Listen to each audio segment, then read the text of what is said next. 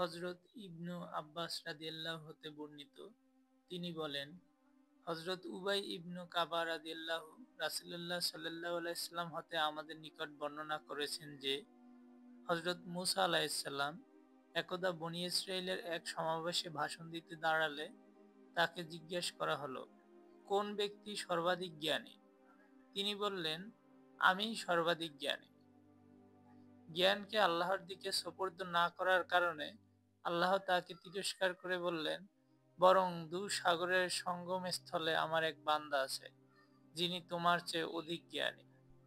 হযরত মুসা আলাইহিস সালাম বললেন, হে আমার প্রতিপালক, তার নিকট পৌঁছতে কে আমাকে সাহায্য করবে? কখনো সুফিয়ান এভাবে বর্ণনা করেছেন, আমি কিভাবে তার সাথে সাক্ষাৎ করতে পারি? তখন বলা হলো, তুমি একটি থলিতে করে একটি মাছ নাও। যেখানে তুমি মাছটি হারাবে সেখানে আমার সে বান্দা আছে। অতঃপর হযরত মুসা আলাইহিস সালাম একটি মাছ ধরলেন এবং থলিতে রাখলেন। অতঃপর মাছ নিয়ে তার সঙ্গে ইউশা বিন নুনকে সাথে নিয়ে চললেন। শেষ পর্যন্ত তারা একটি পাথরের কাছে পৌঁছালেন এবং তার উপর মাথা রেখে বিশ্রাম নিলেন। মুসা আলাইহিস সালাম ঘুমিয়ে পড়লেন। এ সময় মাছটি থলি থেকে বের হয়ে লাফিয়ে সমুদ্রে চলে গেল। অতঃপর সে সমুদ্রের মতো সুড়ঙ্গের মতো পথ করে নিল। আর আল্লাহ মাছটির চলার পথে পানির প্রবাহ থামিয়ে দিলেন। ফলে তার গমনপথটি সুড়ঙ্গের মতো হয়ে গেল, অর্থাৎ সেখানে একটি পথ সৃষ্টি হলো। অতঃপর তারা উভয়ে অবশিষ্ট রাত এবং পুরো দিন পথ চললেন। পরদিন সকালে হযরত মুসা আলাইহিস সালাম তার সাথীকে বললেন, আমরা তো সফরে ক্লান্ত হয়ে পড়েছি, আমাদের খাবার নিয়ে এসো। হযরত মুসা আলাইহিস সালামকে আল্লাহ যে স্থানে যাবার কথা বলেছিলেন, সেই স্থান অতিক্রম করার পূর্ব পর্যন্ত তিনি কোনরূপ ক্লান্তি বোধ করেননি। সাথী ইউশা বিন নুন তখন বলল, আপনি কি ভেবে দেখেছেন, যে পাথরটির নিকট আমরা বিশ্রাম নিয়েছিলাম, সেখানেই মাছটি অদ্ভুতভাবে সমুদ্রের মধ্যে চলে গেছে। কিন্তু আমি মাছটির কথা আপনাকে বলতে ভুলে গিয়েছিলাম। মূলত শয়তানই আমাকে একথা ভুলিয়ে দিয়েছে। বর্ণনাকারী বলেন, পথটি মাছের জন্য ছিল একটি সুড়ঙ্গের মতো, আর তাদের জন্য ছিল আশ্চর্যজনক ব্যাপার। হযরত মুসা আলাইহিস সালাম বললেন, আমরা তো সেই স্থানটিরই অনুসন্ধান করছি। অতঃপর তারা তাদের পদচিহ্ন ধরে ফিরে চললেন এবং ওই পাথরের নিকট পৌঁছে দেখলেন এক ব্যক্তি কাপড় মুড়ি দিয়ে বসে আছেন। মুসা আলাইহিস সালাম তাকে সালাম দিলেন। তিনি সালামের জবাব দিয়ে বললেন, এখানে সালাম কি করে এলো? তিনি বললেন, আমি মুসা। খিজির জিজ্ঞেস করলেন, আপনি কি বনী ইসরাইল বংশীয় মুসা? মুসা আলাইহিস সালাম বললেন, হ্যাঁ, আমি এসেছি এজন্য যে সত্য পথের যে জ্ঞান আপনাকে দান করা হয়েছে তা হতে আপনি আমাকে শিক্ষা দিবেন। খিজির বললেন, হে মুসা, আমার আল্লাহ প্রদত্ত কিছু জ্ঞান আছে যা আপনি জানেন না, আর আপনিও আল্লাহ প্রদত্ত এমন কিছু জ্ঞানের অধিকারী যা আমি জানি না। মুসা আলাইহিস সালাম বললেন, আমি কি আপনার সাথী হতে পারি? খিজির বললেন, আপনি কিছুতেই আমার সাথে ধৈর্য ধারণ করতে পারবেন না।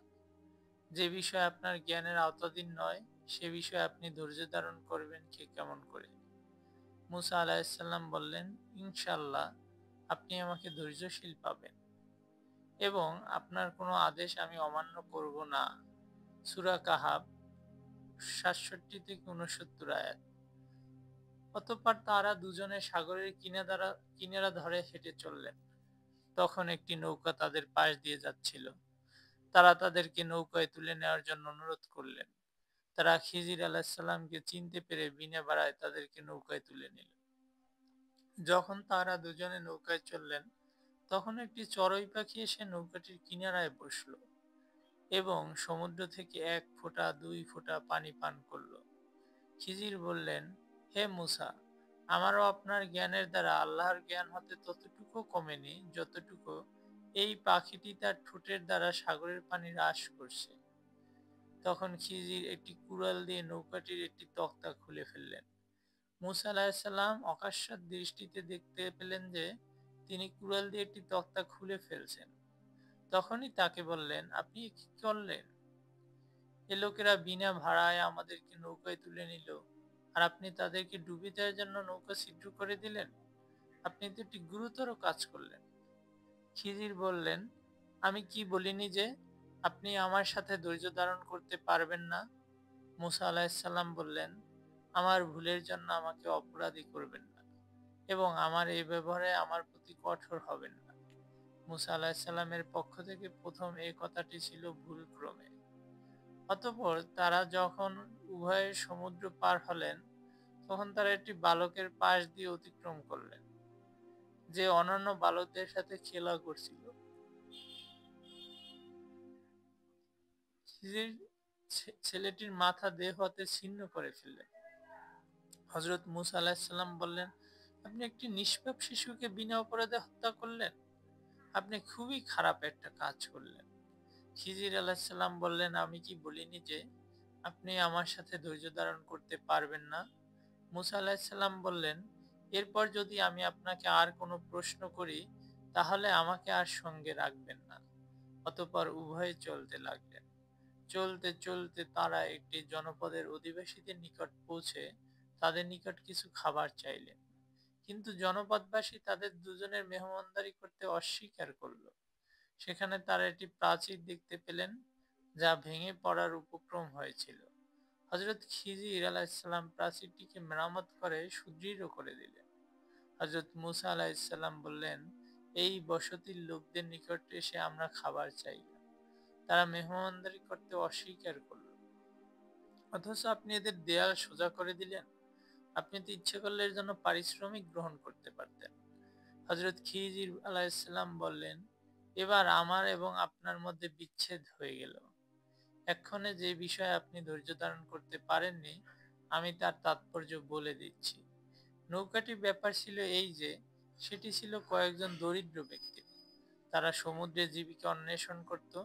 আমি নৌকাটিকে ত্রুটিযুক্ত করে দিতে চাইলাম, কারণ তাদের সামনে ছিল এক রাজা, যে ভালো নৌকা পেলেই জোরপূর্বক কেড়ে নিত।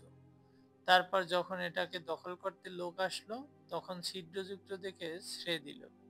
অতঃপর নৌকাওয়ালারা একটি কাঠ দিয়ে নৌকাটার মেরামত করে নিল। আর বালকটি সূচনা লগ্নেই ছিল কাফের, আর সে ছিল তার ঈমানদার বাবা মার বড়ই আদরের সন্তান। আমি আশঙ্কা করলাম যে সে বড় হয়ে অবাধ্যতা ও কুফরি দ্বারা তাদেরকে কষ্ট দিবে। অতঃপর আমি ইচ্ছা করলাম যে তাদের পালনকর্তা তাদেরকে তার চেয়ে পবিত্রতায় ও ভালোবাসায় ঘনিষ্ঠতর একটি শ্রেষ্ঠ সন্তান দান করুন। আর প্রাচীরের ব্যাপার এই যে, সেটি ছিল নগরের দুজন ইয়াতীম বালকের। এর নিচে ছিল তাদের গুপ্তধন।